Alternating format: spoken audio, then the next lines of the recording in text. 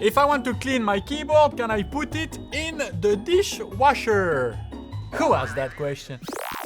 Oh, hello, beautiful people. I'm Arnaud Perret-Gentil, head of PC gaming and audio portfolio here at Logitech G. And lately, there's been a huge amount of conversation around gaming keyboards specifically. Questions like, what is rapid trigger? Does TMR really matter? What makes a keyboard sound thocky? Do expensive keyboards make you better at games? I'm going to try to answer them. Let's get into it. Alright, first question. What's an actuation point? At the simplest level is the exact physical distance a key travels before the keyboard registers the input. On galvanic or mechanical switches, that point is fixed.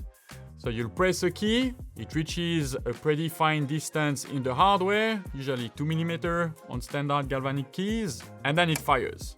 So when you reach that point, it's gonna send the make, break.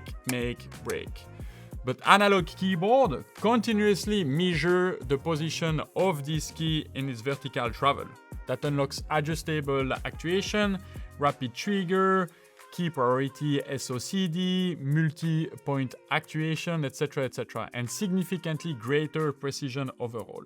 That means actuation is no longer fixed, and you can tune it per key. You can set a key to activate at something incredibly shallow, at a fraction of a millimeter, or customize it to have it at 3.2mm if that's what you're feeling like today. You can adjust that to your need and preference. That level of control changes how players interact with movement, aiming, abilities, and even typing feel. And once people experience adjustable actuation, they become surprisingly sensitive to it. Going back to a fixed actuation point switch, like mechanical switch, can suddenly feel like you lost a superpower. Next question. What is rapid trigger? How does it help in FPS games? And is it always better? So, rapid trigger changes how a key resets fundamentally. Instead of waiting for a fixed reset point, the key dynamically resets based on movement direction. So the instant your finger will start lifting, boom, you'll have the break. You start pressing the key down again, boom, you directly have a make. And regardless of where you are in the key travel. In other words, the keyboard is reacting just much closer to player intent in real time. And at high levels of competitive play, milliseconds genuinely matter. But it makes a difference any player can feel and experience in any games. Now, is it always better? In most games, it helps. But for example, for messaging on Discord, you might want to disable it as sometimes it's so responsive that you might experience double keys. What is 8K report rate and why is it important? Okay, so first, report rate is the speed at which your keyboard will send information to your computer, which translates to how quickly your key action will be reported to your game. So a 8 kHz keyboard will allow you to be faster than a 1 kHz keyboard. Now, 1 kHz is already really fast, right? Sending info to your PC every milliseconds. That's 1,000 commands per second. 8 kHz is crazy fast. It means it will send info to your PC every 0 per 125 milliseconds. Which is just hard to comprehend how short that is really.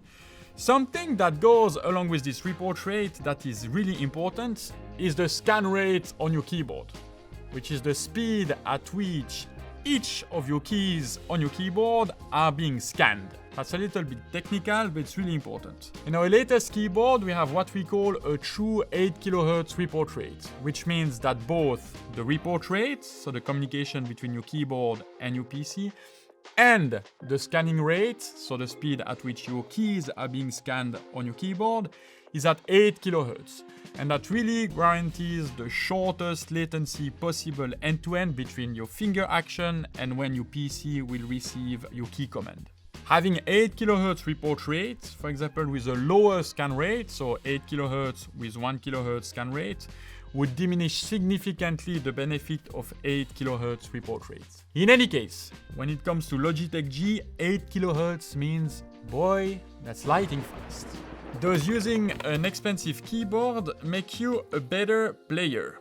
So Generally speaking, higher-end keyboards have just higher-end technologies, right? Which will result in better keyboard performances and overall experience.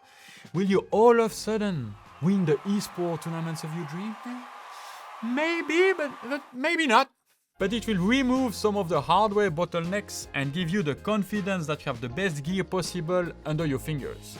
So to be specific, traditional mechanical keyboards, for example, can introduce limitations through fixed actuation points, debounce delays, or slower signal processing. High-end analog systems using technologies like Hall effect or TMR sensors, paired with ultra-high polling rates, right, 8 kHz report rates, etc., reduce the gap between player intent and game response. So basically, you think something, fingers move, the hardware translates that into movement directly, bing, it happens. The faster and more accurately that translation happens, the more immediate and connected the experience feels. And when reaction times between players are already extremely close, reducing even tiny layers of friction can create a meaningful competitive advantage. So, no, hardware doesn't replace skill, but better hardware can absolutely allow skill to express itself more consistently.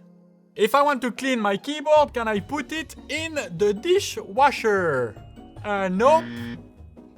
Who asked that question? But what you can do is remove the keycaps, remove the switches if it's hot-swappable, give it a nice little sweep, a little tap, and wash the keycaps with soap and water if you want. New question, what do professional players look for in a gaming keyboard? So well, it varies depending on the game and honestly even depending on the player. A tactical FPS player is optimizing for something very different than someone playing MMOs or MOBA games. But the short answer is, generally speaking, performance. And performance usually comes down to three things: speed, accuracy, and control. That's why things like ultra-low latency with 8 kHz report rate, for example, adjustable actuation, and faster reset behavior with rapid trigger have become such a major focus in competitive gaming keyboard. Consistency is just as important. An unstable switch, an inconsistent reset, a key that behaves differently under pressure, pros will feel that immediately. And then there is control. Some want extremely low travel, responsive inputs. Others prefer slightly deeper actuation for more deliberate control. There's no universal answer really. So when people ask what pros want from a keyboard, which was really the initial question, to sum it up, something fast enough to keep up with them, consistent enough that they can trust completely, and comfortable enough that disappear into muscle memory. Okay, another important question. What makes a keyboard thocky? First, thock is basically a community shorthand for a deep, controlled, satisfying acoustic profile. A keyboard sound is far more complicated than people think to design, right? Most people assume that the switch is the only factor that creates this sound, but in the reality, the acoustic comes from the entire system that really is interacting together, right? So you have your switch material, your stem design, you have your keycaps material and even the geometry, you have your construction of the keyboard, right? So what kind of plates you have inside your keyboard, your dampening layers, your mounting structure, the air cavities that are driven by the geometry of the overall keyboard, or even the desk surface will matter and change how your keyboard sounds, right? When people describe a board as thocky, they're usually responding to a deeper, lower frequency sound profile with less hollow resonance and just less sharpness in its sound. From an engineering and product development standpoint, achieving that means carefully controlling vibration and resonance throughout the keyboard structures. And the way we can change that is by controlling things like double-shot PBT keycaps, having layered internal foam for sound dampening, having stable mounting system, right, for your bigger keys like spacebar, enter keys, backspace key, etc. having really tight tolerances in the overall construction, and all those details compound together. And honestly, keyboard, as you all know, keyboard acoustic have become increasingly important recently, because keyboards are no longer viewed as purely utility devices, but they are emotional objects now that we deeply care about, that sit on our desk. People interact with them for hours every day, and if you hear that key sounds 1,000 times a day, you better like it. So the sound matters, the feel matters, and the overall sensory feedback loop matters as well. Next question. What makes a keyboard a gaming keyboard? A true gaming keyboard is purpose-built around in-game execution, not just the typing feel, but that means integrating technologies specifically designed to improve responsiveness, movement precision, and input control. Things like analog sensing, for example, or rapid trigger, ultra-low latency with high report rate and high scanning rate on the keyboard. Even RGB effect, right, will matter for better immersions and a lighting effect that will connect to your game, for example. Advanced software capabilities to optimize your experience for a specific given game. Per key customization, so each of your key on your keyboard can have a secondary function, for example, for specific in-game actions. Modern gaming keyboards are just increasingly becoming intelligent systems rather than simple input devices, and software plays a huge role now too. Platforms like G-Hub allow players to customize behavior at an extremely granular level, binding multiple action, tuning actuation zones, creating layered profiles, and adapting the board to very specific gameplay styles. Alright, next question. What are the benefits of a hot-swappable keyboard? Okay, so a hot-swappable keyboard, it lets you easily swap the switches on your keyboard, right? Which completely change the feel, sound, and behavior of your keyboard. Another benefit is that if a switch fails, you can easily pull it with a small tool, put another one in, and boom, you're good to go. It's fixed. You can replace it in seconds. If you want a different sound profile, you can also easily experiment, right? So you can have different switches, which will have different acoustic, which will have different actuation force. They can be linear, tactile, clicky, thocky, quiet, you name it. There's so many options to play with, and honestly, it's just cool to be able to build something that is uniquely yours and optimized for what you love. What is TMR? TMR stands for tunnel magnetoresistance, and is a type of sensing technology that allows to enable analog functions on a key based on a magnetic field variation. So you'll have a key switch with a magnet in its stem, and on the PCB of your keyboard, a TMR sensor that will be able to measure the vertical movement of the key with the magnet. In many ways, it's very similar to Hall effect sensor in the sense that it measures the exact position of the key in its vertical travel. So it will enable analog functions like adjustable actuation point, rapid trigger, SOCD, and all this analog goodness. And similar to Hall effect, it's a contactless sensing technology. So that eliminates the physical wear that you might see on galvanic or mechanical switches, where you always have two mechanical parts touching each other to trigger the switch, and that might wear over time. And so the benefit of this TMR contactless technology, it will result in better durability of the overall switch system. How do you test keyboards for durability?